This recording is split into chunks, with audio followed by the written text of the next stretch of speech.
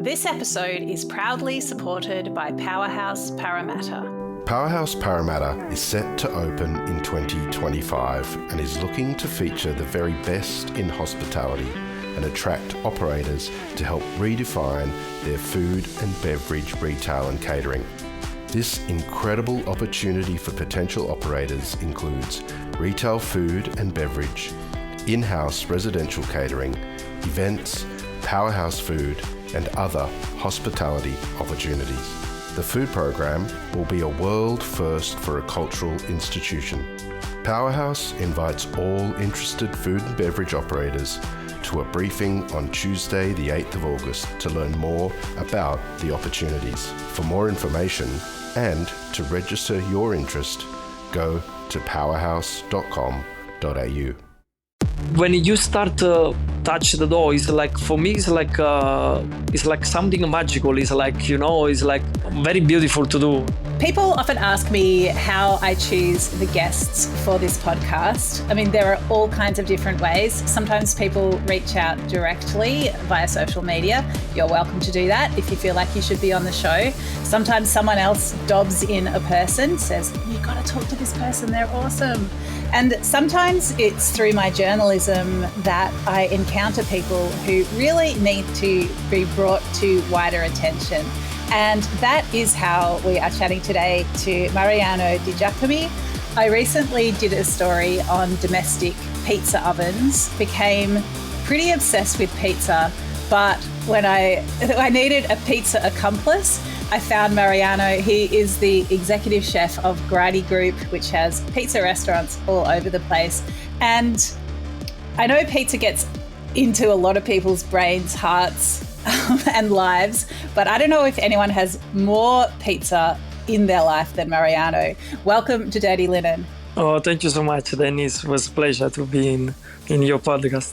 It's so great to have you here. Mariano, tell us a little bit about yourself. Where were you born and what was your journey to pizza obsession? Yeah, so I'm born in Naples, where pizza is born.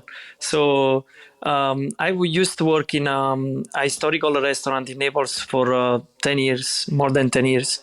And my career start there is watching the pizza maker, because usually in Naples it's very hard to find a job or find a career when you go to school, because many families are very poor and you need work when you are very young.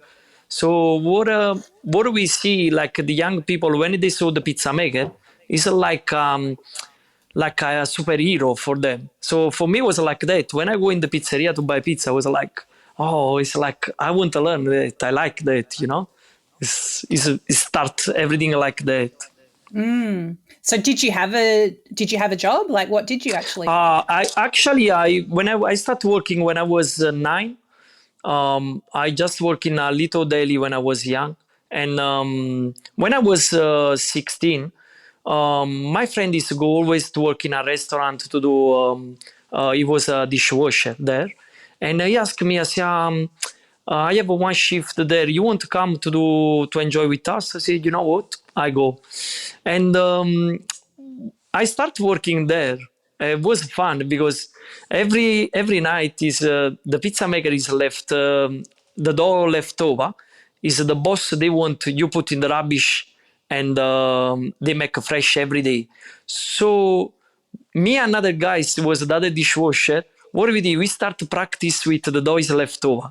We start building this passion for the pizza.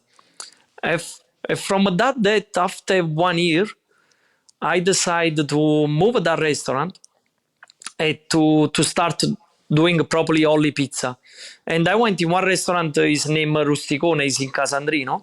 It was a huge restaurant, it was like 500 seat.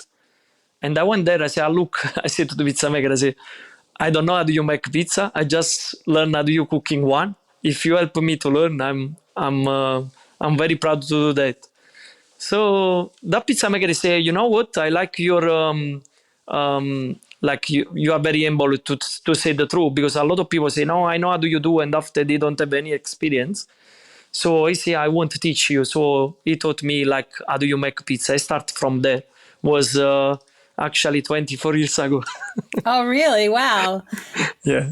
That's amazing. It's so interesting. So I love this vision of the pizza maker as the hero, like the guy with a great job, a job that's really important in the community. Was there something when you started, you know, with that leftover dough? Like, what was it that felt right to you?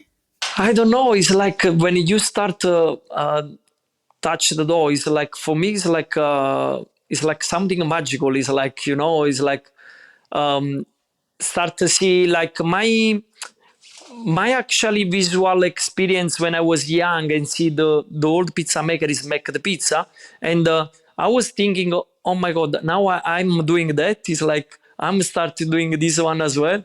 It's like it's very hard to explain, but it's like something like very beautiful to do. It's Like you're part of a big tradition.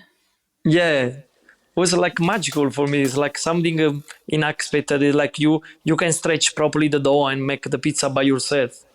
Yeah, wow. Yeah. As I know from working with you for a day, stretching the dough is quite an art. And it's, yeah, I found it very challenging. So, what happened next, Mariano? You were learning to make pizza at this 500-seat restaurant. That sounds incredible. Yeah, after that, I was start there, and actually, that pizza maker was very tough. It's with me. It's like it was old school, so he teach me probably in the in the bad ways, like angry. But actually, I'm still in contact with him. Actually, yesterday he called me, like to ask how it's going and everything goes well. Yeah. After 1 year, I was in this restaurant. I moved, and I went in a historical restaurant in Naples. His name Umberto.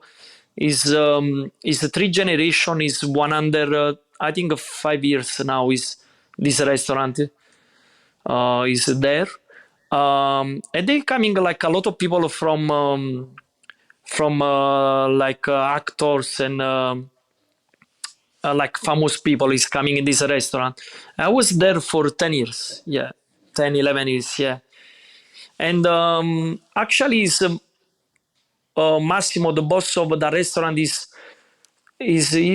giving me as well. He was the this like was a part of the True Pizza Naples associations, so the Vera Pizza Napoletana.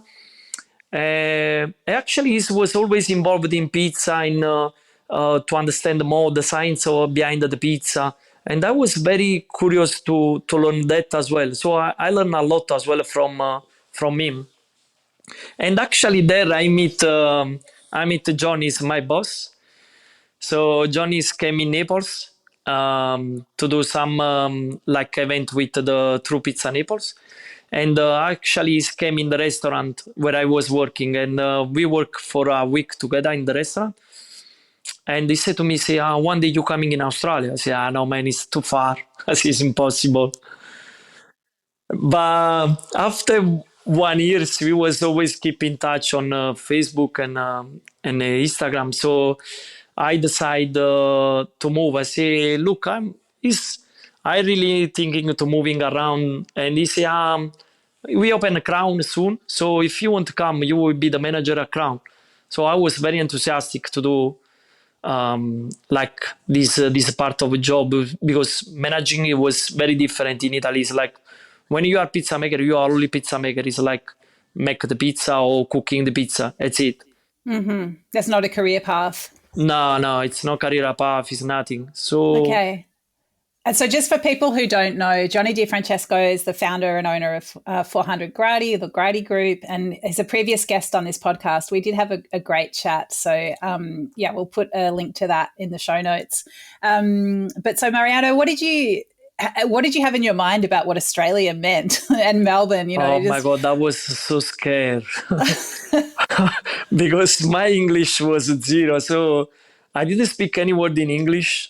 I'm very good to talk. I like talking, and it's my personality is like talking with people. I'm a very expensive person, and when I came here, I say, oh my God, I can't see anything. It's like I was by myself, start from zero. Um, I sold everything in my house, my town house, so I don't have anything. So, and my family was there because I can't bring them because in the beginning I was with student visa actually. Yeah, because I was 35 when I came here. Um, I was a bit struggle because I was morning school and night working all night. So I was very hard, was very challenging that time. So you left your wife back in Italy? Yeah, I left my wife and 2 kids for 6 months, and after they come in December. So I come in June and they coming in December. Wow. And did they Yeah. speak any English? No, no one is was speak English when we was here. That's So amazing. yeah.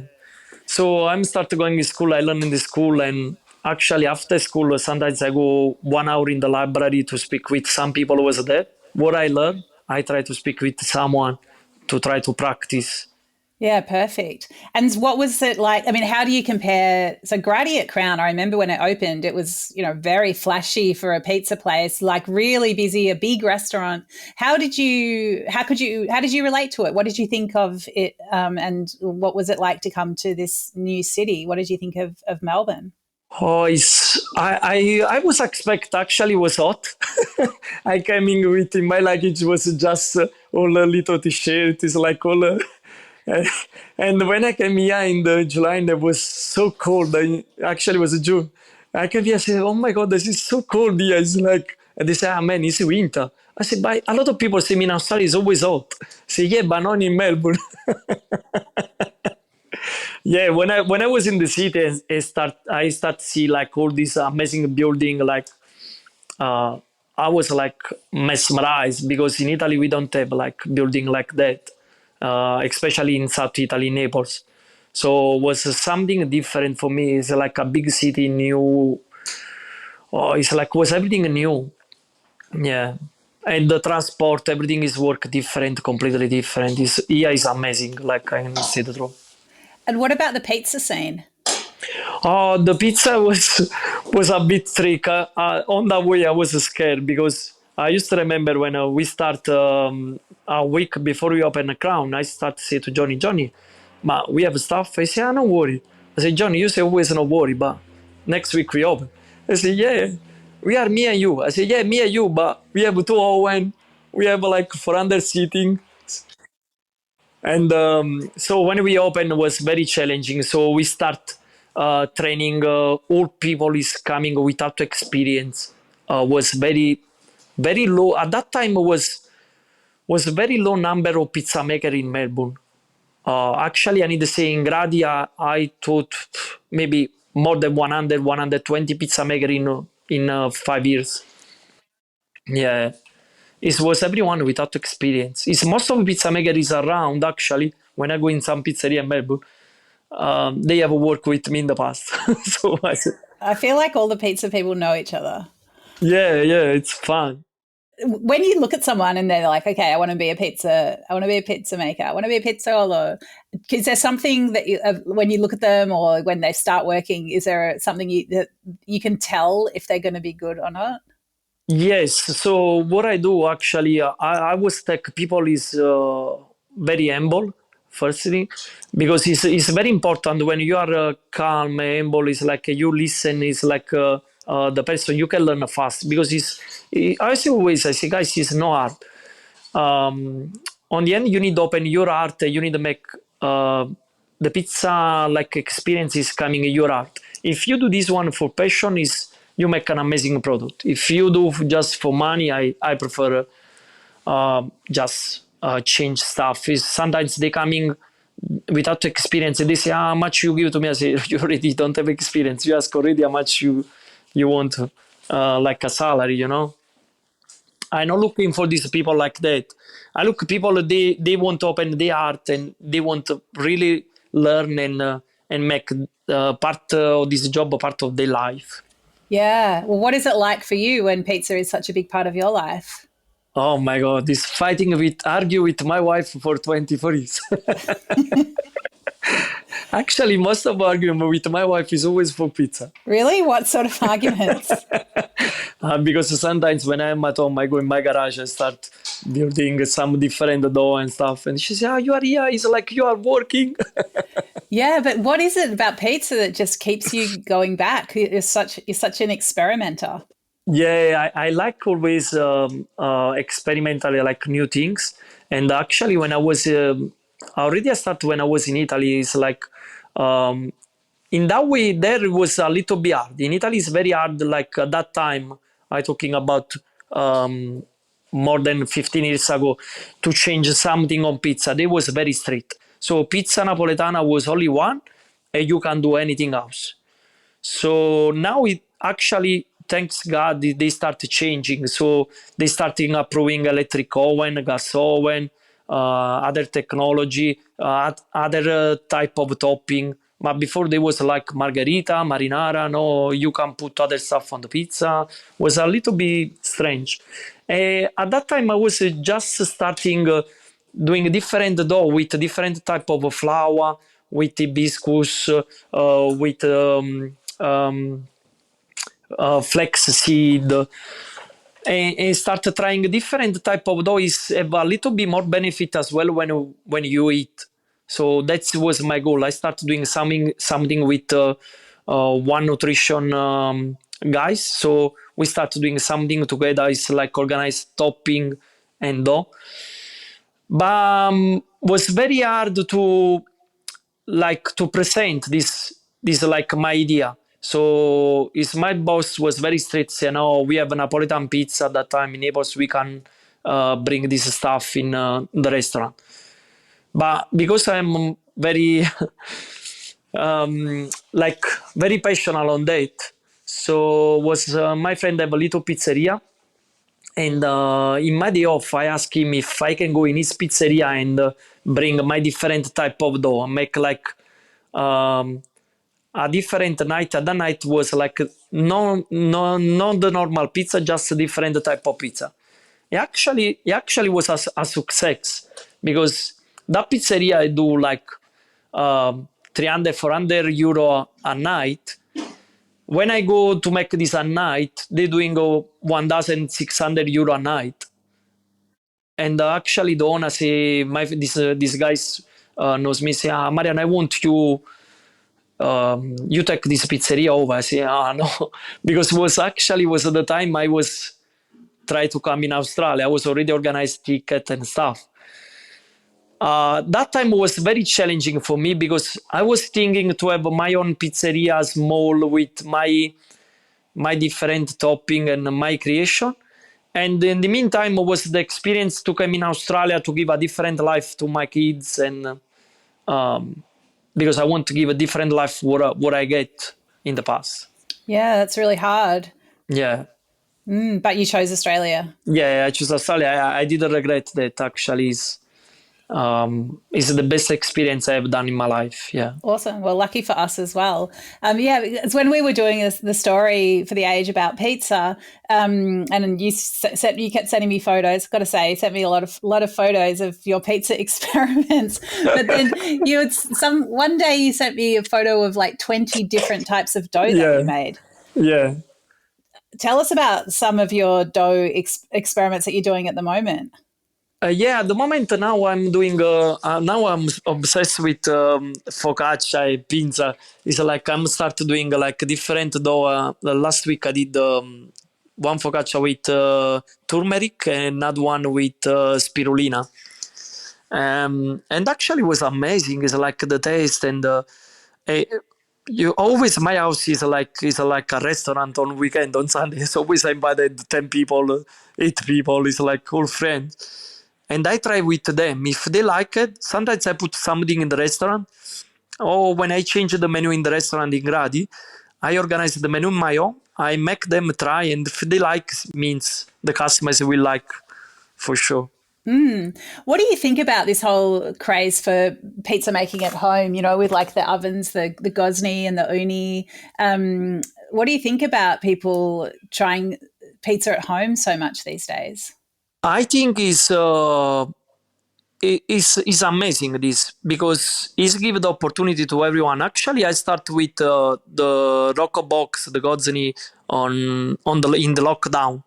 In the lockdown, I started building my little garage, because I saw a lot of people use this little oven to do pizza at home and stuff. I said, you know what?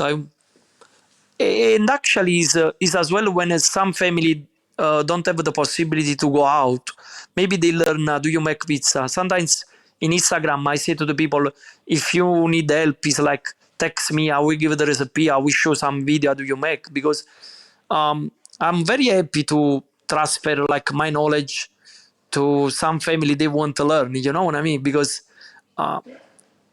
for me, it's not only about money. It's like make always money for because I have experience. I have some people give me the opportunity, and that is I'm proud to give opportunity to others. Actually, with the Godzin in the lockdown, I was selling pizza from home. Oh yeah. Yes. In the lockdown, it was less work, and I was doing less pizza. And actually, I bought all stuff I have in the garage was with that money. I make money and I invest everything. Like I bought table, I bought little electric oven, shovel, utensil, fridge. Where's your car, Mariano? It's on the street. My car is on the street. Poor cars. A new car in the street. And all this stuff in the garage. I put both cars as well. My wife's car outside. We was a week without talk, but after she understood. So, I mean, you don't feel threatened as someone who runs pizza restaurants that people are getting into this pizza craze at home? You don't feel threatened that people are going to desert the pizza restaurants because they can make great pizza at home these days? No, actually, I saw is the expectation of pizza is go up because they start to learn as well. So this is a good point for us to improve and to make always something. They make them is like, this is different from what we make. So I think it's a good thing. It's not bad things. Yeah, no, that's so interesting. I can really relate to that. Because you always can improve. There's always something else to learn. I feel like with pizza, I would just never stop learning. There would always be things that you could experiment with. There is a lot of different type of dough in these days than when I started. Before was just exist direct dough and it. Now they start doing atolisi, biga, and polish and other stuff. Someone is invented they process dough. Actually, I'm doing something as well. It's like I'm always thinking from last week to organize my flour. It's like to make my flour. So I want to buy the machine to make flour and stuff. Wow. Yeah. That's interesting. You'll be this will be my next investment. Planting wheat up and down the street next. I will selling you flour. No worries. I'll put in an order. Yeah, I love that. So Mariano, we've talked a lot about doughs and a lot about the culture around pizza, but we hardly have talked about toppings. Like what are some of, I guess we know about the classics, but are you also happy to be a bit radical with your toppings? Yeah, actually, I'm in the.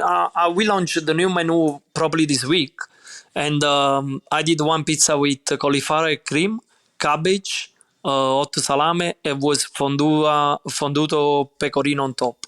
Wow! So yeah, we actually in these days, especially in Italy, they change a lot. The pizza has become more a gourmet. You need like learn more chef base to make the pizza than before. Actually, what I try to improve always is my skill as a chef, not as a pizza maker, because I want always a knowledge behind a chef, behind cooking something, and how do you make the best from some ingredient. Yeah. But what I saw in Australia and compare with in Italy, sometimes here the people like a lot of meat on the pizza. It's like they need to be always meat. As well, if you do some change, should be some meat on top. Otherwise, you doesn't sell a lot. In Italy, no, they become like more creamy, more delicate. But I think maybe in Australia they need another 2-3 years to like that type of pizza. Yeah, to strip it back. Yeah. Yeah, interesting. What about the endless debate about pineapple? Look, before I was always the guy, the pizza maker say always, no, in pineapple, and next is I'm Italian, I don't put pineapple on the pizza. But, when you become mature, you learn as well, everyone have a different taste. If you like pineapple, why you don't need to put pineapple on the pizza? It's like in Italy, we like chips and Frankfurt on the pizza for kids. But if you tell someone here, say chips on the pizza, it's strange for them as well. Or we have a prosciutto e melone antipasto, like rock melon with prosciutto. Once we did invited some people at home and we did this antipasto because in Italy it's very popular. And they say, you put prosciutto on the rock melon? It's like something strange for them, So I think it's always like taste. Pineapple, if people like pineapple, why you don't need to put pineapple? Put pineapple, that's it. Make them happy, Fantastic. Mariano, what's coming up for you in the next little while? Any big projects? Yes. So at the moment we open a little company named Spacca Napoli. Is me and another 2 partner, and we will do like catering, private event, corporate. Actually, we do with the Owen, the Godzini Owen. So you're going to use the Gozni in the catering. Yes, interesting. I'm already starting to use that one in the catering, and the people love it actually. Yeah, because it's cool design, and for catering, I think is very easy to bring, around because it's not very heavy and stuff. Yeah. Excellent. Well, it's so great to catch up with you. Good luck with the catering project. That sounds really cool. And yeah, I look forward to hearing about the next dough experiments. I'm sure your cars will never be back in the garage. No, I don't think so. Thanks, Mariano. Thank you so much. This is Dirty Linen, and I'm Dani Valent. We air the issues that the hospitality industry finds hard to talk about, hearing from different people with unique perspectives. We want to hear from you as well. If you have something that needs to be said about a topic, get in touch so we can include your perspective. Contact us at dirtylinenat deepintheweeds.com.au or hit us up on Insta at Dirty Linen Podcast. We can't wait to hear from you.